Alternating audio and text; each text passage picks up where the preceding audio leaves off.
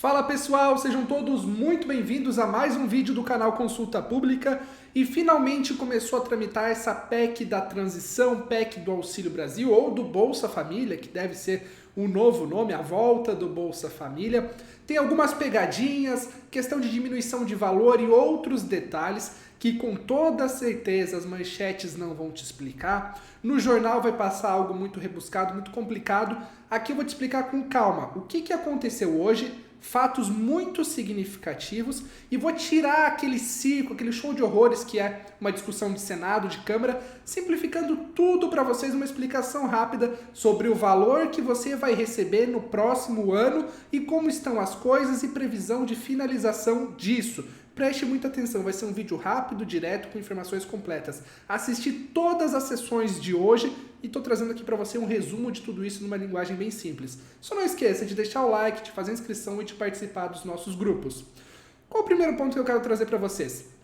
Olha esse vídeo aqui. Estou colocando um print de um vídeo nosso do dia 28 de novembro. Neste dia foi apresentado o primeiro texto da PEC, que falava em 4 anos fora do teto de gastos. E nesse vídeo a gente postou dizendo que a nova ideia era 2 anos fora do teto. Como foi apresentado com 4 fora do teto, esse vídeo aqui o pessoal acabou dizendo, olha, essa informação não é verdade e tudo mais. O que aconteceu hoje? Vou explicar para vocês qual é a estratégia deles. Hoje temos 2 manchetes aqui para a gente começar a aprofundar esse assunto.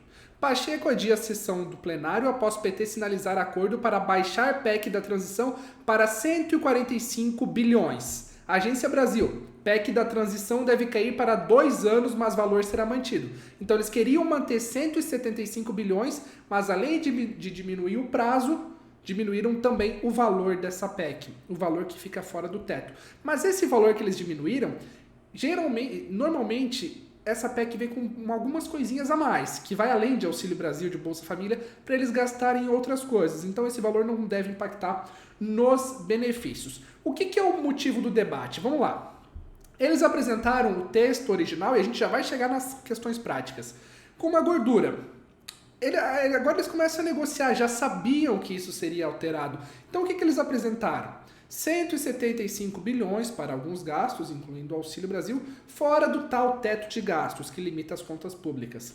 Só que eles já apresentaram com essa gordura porque faz parte do circo político e deve passar, tá? Deve passar. É como se você fosse comprar um carro, sempre uso esse exemplo. Você vai comprar um carro, aí tem uma pessoa vendendo o carro por 15 mil reais. Você não quer pagar 15 mil, você quer pagar 10.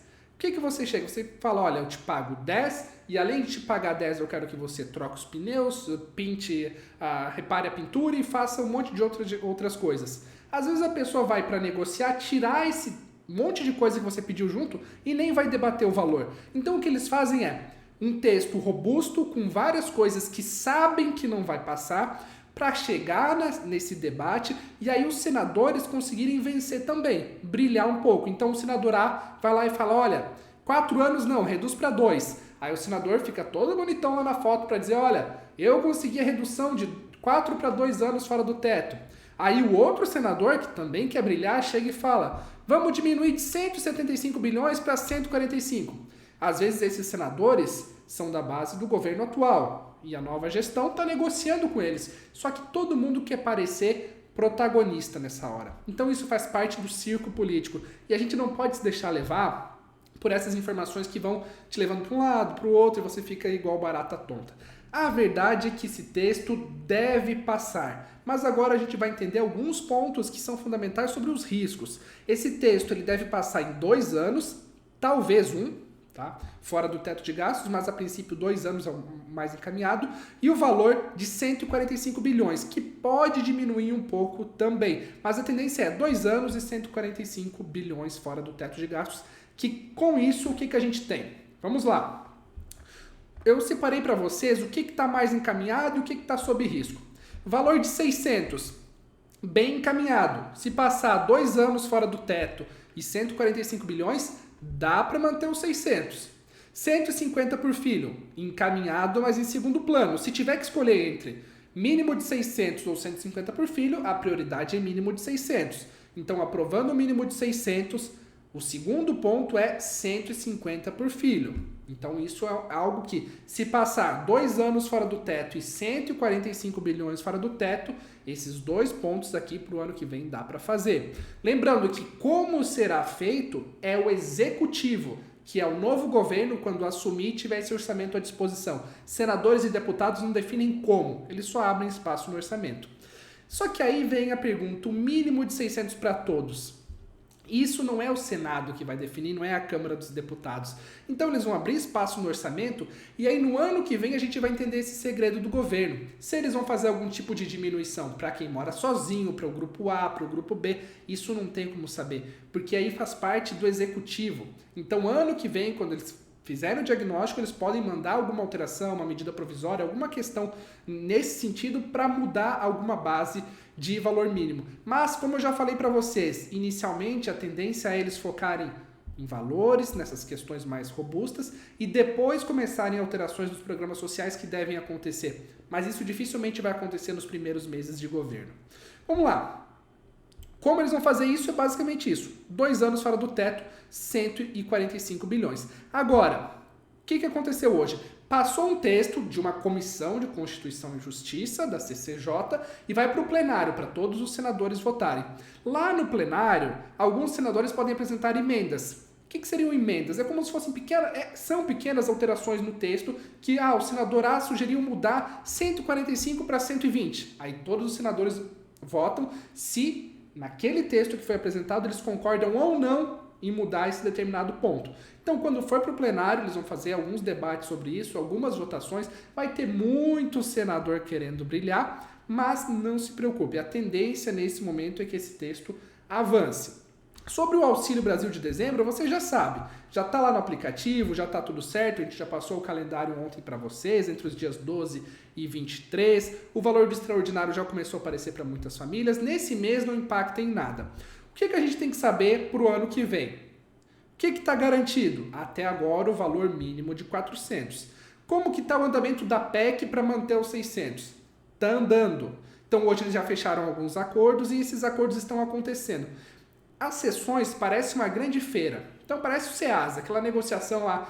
O meu alface aqui está mais barato, daí o outro lá tem o tomate, eles vão negociando, é uma coisa... É tão básico, às vezes as negociações que eles fazem ao vivo, no microfone, dizendo, se você mudar isso, muda aquilo, parece que o pessoal lá falta competência para fazer as coisas andarem mais rápido. Muitas das coisas eles já negociaram em off, nos bastidores, e agora nas comissões eles vão ajustando os últimos pontos.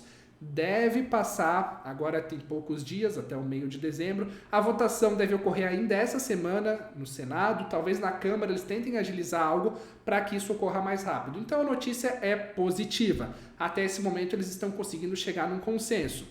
A ideia original era 4 anos fora do teto de gastos, reduziram para 2. Acho que é bem razoável. 4 anos parece muito fora do teto de gastos para um governo que disse que ia reformar tudo, mudar tudo e colocar o país no rumo certo. Esse era o discurso do governo. Então, se tem esse discurso, não precisa de 4 anos. 2 anos estaria bom. Agora, tem também o argumento do pessoal que está falando que 2 anos fora do teto é muito. Só que aí, pessoal, tem todo esse tempo de transição, então acredito que 2 anos é um prazo razoável para que se chegue num novo acordo, para aí sim conseguir fazer algo mais definitivo. Penso que é um bom acordo, 2 anos. Sobre os valores, esses 145 bilhões dá para fazer a parte do auxílio e fazer mais algumas coisas. Só que aí tem um último fator que eu quero revelar para vocês, ninguém está falando sobre isso. O que eles querem também com esse acordo de 2 anos? O que tem daqui 2 anos? Vamos parar para pensar. Daqui 2 anos tem eleições municipais. E tendo margem de direcionamento de orçamento, principalmente nos programas sociais, um governo com essa abertura de orçamento na mão consegue concentrar recursos em cidades onde pretende captar a prefeitura. Então, existe sim um grande plano para que cada pessoa, cada governo, cada representante que tenha poder de orçamento, de destinar o orçamento, consiga fortalecer bases eleitorais municipais. Então, a última coisa que eles pensam, na realidade, é em você. Eles estão planejando no prefeito da sua cidade, como mandar recurso, como manipular isso, como manipular aquilo. Então é um grande circo político. Mas no fim, a mensagem positiva e interessante para você é que o valor deve ser mantido. Último ponto, para finalizar esse vídeo já está um pouco longo. O que é importante também na forma como eles estão fazendo isso? Dependendo da forma como eles fazem essas negociações e como isso soa para o mercado, e é chato falar em mercado financeiro, mas isso vai influenciar em valor dos alimentos, valor do dólar, valor de um monte de coisa. Se as jogadas forem mal feitas nesse momento, a reação econômica pode ser negativa e o poder de compra desses R$ 600 acaba caindo. Se o dólar dispara, se a economia vai para um sentido que não é positivo, acontece que os R$ 600 que comprava X alimentos, que compram esse ano, no ano que vem podem comprar menos ou mais.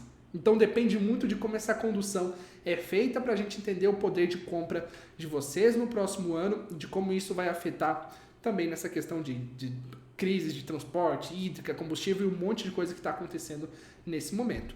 Mas eu vou avisando vocês aqui, a notícia boa está avançando.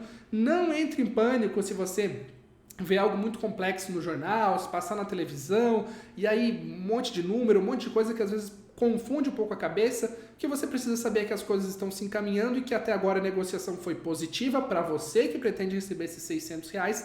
A transição, pessoal, não espere uma grande onda de cortes ou algo do tipo. A transição deve ser normal, pegar a base de dados desse ano e passar para o ano que vem. Lá no primeiro trimestre, segundo trimestre, assim, no fim do primeiro semestre, até lá, eles devem construir bases de análises para aí sim conseguirem fazer algum critério analítico para ver se tem problemas na base de dados. As mensagens que estão aparecendo agora de averiguação cadastral fazem parte do que já existe, do que sempre existiu, de averiguar cadastros. Muitas dessas mensagens acontecem porque o governo provavelmente aprovou muitas famílias que não tinham direito, mas isso vai demorar um pouco até que reflita em bloqueios práticos no Auxílio Brasil, tá bem?